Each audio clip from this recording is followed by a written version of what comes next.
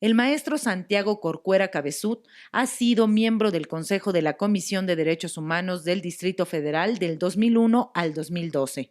Fue integrante del Grupo de Trabajo sobre Desapariciones Forzadas de la ONU del 2004 al 2010 y su presidente de 2006 a 2009. Presidente del Comité Coordinador de Procedimientos Especiales del Consejo de Derechos Humanos de la ONU de 2009 a 2019 y del Comité de Desaparición Forzada de la ONU del 2013 al 2017 y su presidente en 2016.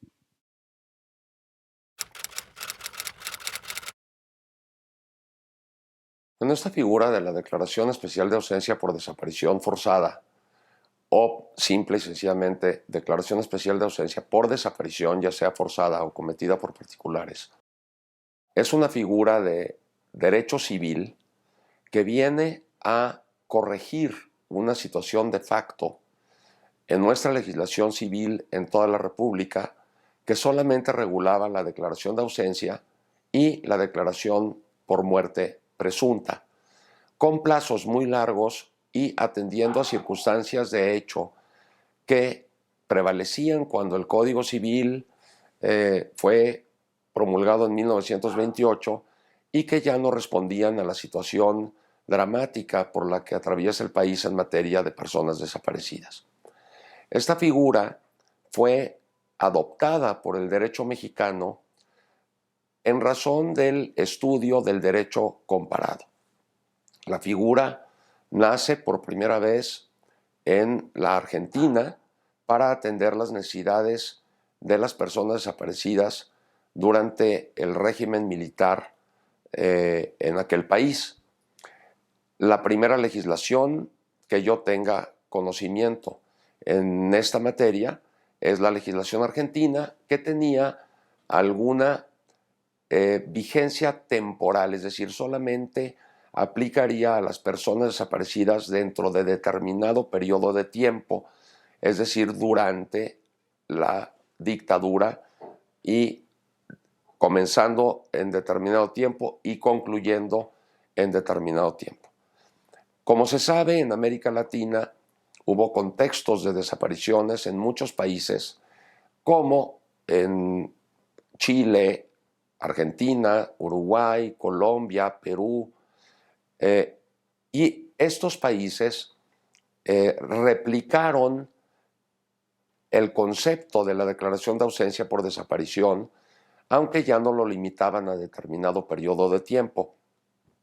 La legislación más reciente de Sudamérica en esta materia es la legislación colombiana, y podríamos decir que los legisladores y legisladoras mexicanos y mexicanas se inspiraron en estas legislaciones hemisféricas del continente americano para incluir en el derecho nacional a esta figura. La primera vez que vemos a esta figura incluida en la legislación nacional fue en el último párrafo del artículo 21 de la Ley General de Víctimas, cuando ésta se reformó después de su entrada en vigor. Recordaremos que muy a principios del sexenio de Peña Nieto se promulga la Ley General de Víctimas, pero muy poco tiempo después, o sea, se promulga un 19 de enero del 2012 y se reforma poquitos meses después y se le agrega un párrafo al artículo 21 en donde se habla de la Declaración Especial de Ausencia por Desaparición para salvaguardar el derecho de la persona desaparecida a ser presumida con vida y proteger la situación jurídica que se encuentre en una especie de limbo mientras la persona no es localizada. Y un artículo transitorio de esa reforma de la Ley de Víctimas le concedió determinado tiempo a las legislaturas de los estados para legislar en esta materia. Prácticamente ninguna legislatura de los estados cumplió con esta obligación, salvo 4 de ellas y algunas tardíamente, como lo fue Coahuila, Nuevo León, Querétaro y la Ciudad de México.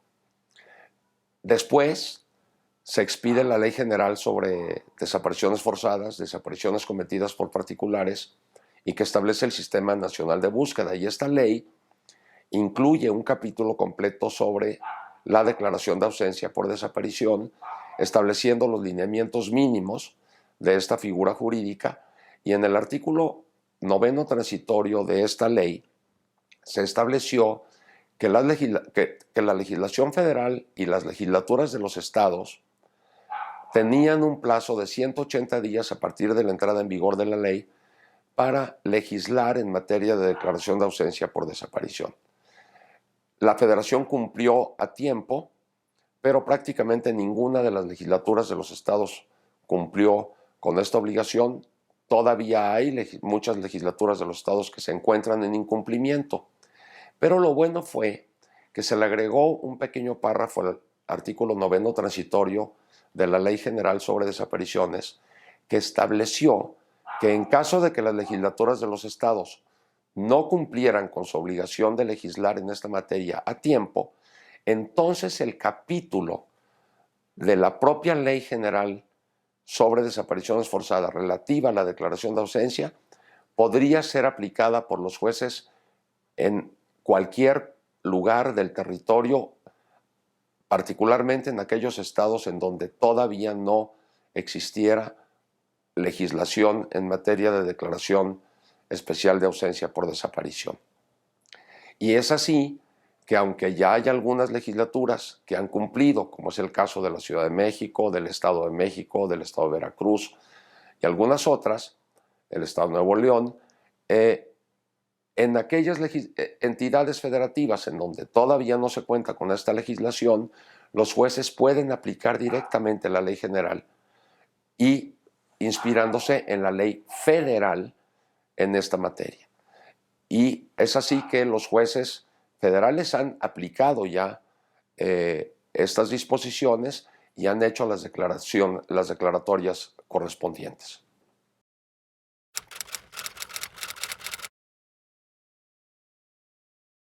Bueno, en cuanto al momento es importantísimo. Como les decía, la declaración de ausencia anterior y la declaración de muerte presunta requería de años a partir de la fecha en la que la persona hubiera sido vista por última vez para poder iniciar el procedimiento.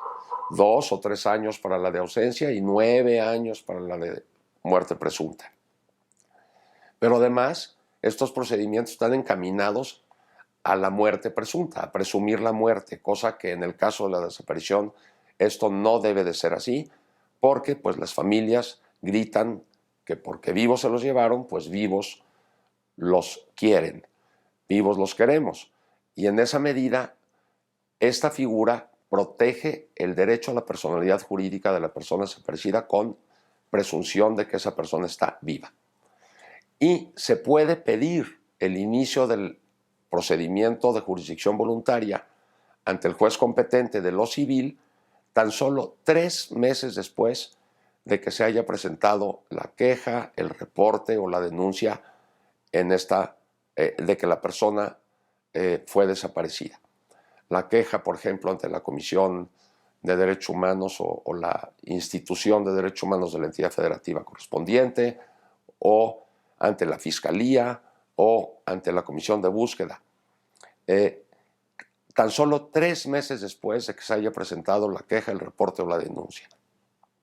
Esto es importantísimo porque entonces no queda, le da la oportunidad a la familia de la persona desaparecida obtener una reglamentación específica sobre la situación jurídica de la persona desaparecida en materia familiar, en materia patrimonial, en materia de seguridad social, en materia de créditos que pudieran tener vigentes ante el Infonavit o ante alguna institución bancaria.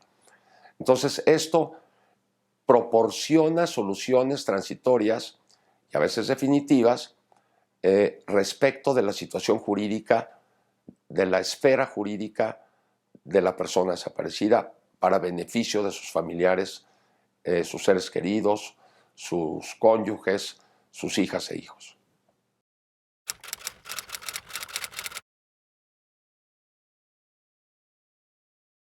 Yo creo que sí. Yo creo que afortunadamente la legislación de la ley federal y las leyes locales han atendido a esta cuestión de manera adecuada.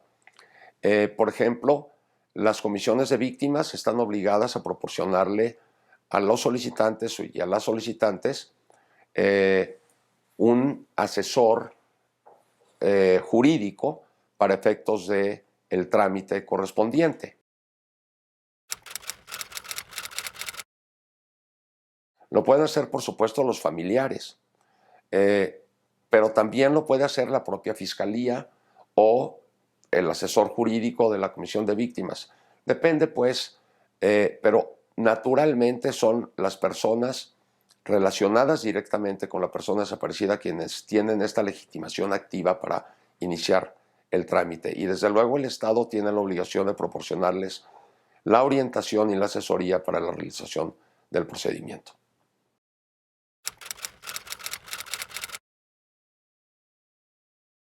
Creo que es muy importante la cuestión de los efectos porque, de acuerdo con la legislación comparada, en algunas legislaciones, por ejemplo, el efecto es equivalente a la declaración de muerte sin declarar la muerte.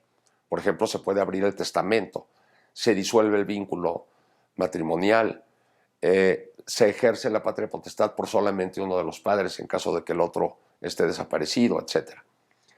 La legislación mexicana se orientó más hacia la protección del derecho a la personalidad jurídica de la persona y nada de esto sucede propiamente, sino que más bien se designa un representante. Se designa un representante de la persona desaparecida para que pueda, por ejemplo, disponerse del patrimonio de esa persona y puedan realizarse los derechos en materia de tutela o patria potestad de los hijos e hijas menores de edad. Pero también tiene otros efectos en materia laboral, tiene efectos en materia mercantil, por ejemplo, de créditos otorgados por instituciones bancarias, en materia de seguros, en materia de seguridad social. Y sin entrar en mayores detalles, las leyes establecen cuáles van a ser los efectos de la persona trabajadora que se halle desaparecida. Se suspende, por ejemplo, el pago de los sueldos, pero se entiende que la persona tiene algo así, tiene lo equivalente a una ausencia con permiso. Es decir, que si llegara a reaparecer la persona con vida, readquiriría sus derechos laborales. Se suspenden ciertos derechos en materia mercantil, de créditos, etc. Ahora, existe una remota posibilidad, pero que alguna persona, tratándose de aprovechar de esta figura, se hiciera el desaparecido. En dichos casos, las leyes también establecen algunas providencias al respecto.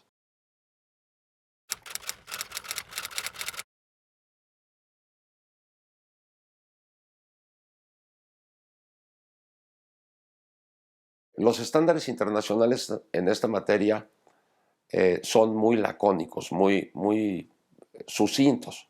En el artículo 24 de la Convención Internacional para la Protección de todas las personas contra las desapariciones forzadas se establecen los derechos de las víctimas.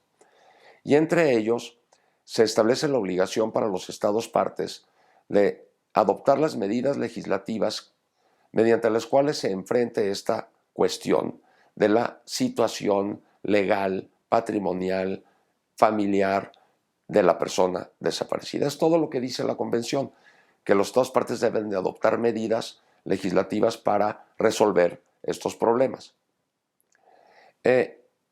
Entonces, cuando hablamos de estándares internacionales, pues realmente hay una disposición muy genérica que obliga a los estados y les deja un amplio margen de apreciación para que puedan resolver esta cuestión de acuerdo con sus tradiciones jurídicas.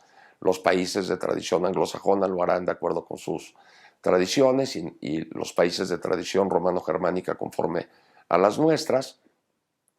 Pero también tenemos estándares que podríamos llamar internacionales no por provenir del derecho internacional, sino porque provienen de otros países. Y ahí la labor es la del derecho comparado para comparar legislaciones de diferentes lugares y poderlas adaptar a la realidad de cada país. Yo siento que México sobradamente cumple con estos estándares y claro que nuestras legislaciones no son perfectas, representan muchos desafíos en su aplicación, pero por fin tenemos una figura que puede solucionar muchos problemas de las familias que no pueden disponer de la cuenta bancaria, que no pueden sacar el dinero de la cuenta bancaria, que no pueden celebrar un contrato de arrendamiento de un inmueble que pudiera estar a nombre de la persona desaparecida para obtener algunos ingresos, que no se resolvían las cuestiones relacionadas con el derecho familiar, la tutela, el vínculo matrimonial, no se digan las cuestiones de seguridad social y de créditos a la vivienda, que esta legislación proporciona estas soluciones en esta materia.